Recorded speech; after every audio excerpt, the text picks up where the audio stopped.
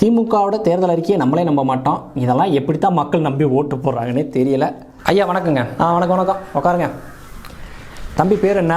என் பேர் அபிஜித்துங்கய்யா. அபிஜித்தா பேர் எதுன்னு சார் இருக்கு? எதுக்காக இந்த கட்சியில் சேர்ந்துருக்கீங்க?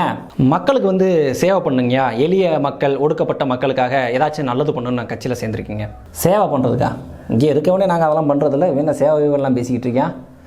சரிப்பா, இந்த கட்சியில் உனக்கு முக்கியமான ஒரு பொறுப்பு கொடுக்குறோம், பதவி கொடுக்குறோம்னா நீ என்ன பண்ணுவ?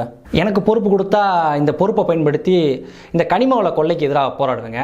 அப்புறம் இந்த சாதிய வன்கொடுமைக்கு எதிராக போராடுங்கய்யா. குறிப்பாக பார்த்தீங்கன்னா இப்போ நம்ம பெண்கள்லாம் நிறைய பாலியல் தொல்லைக்கு ஆளாறாங்கய்யா. அவங்களுக்கு நியாயம் கிடைக்கும் விதமாக அந்த பதவியை வச்சு நான் போராடுவேங்க. கனிம வளம் பாலியல் குற்றத்துக்கு எதிராக போராடுவியா?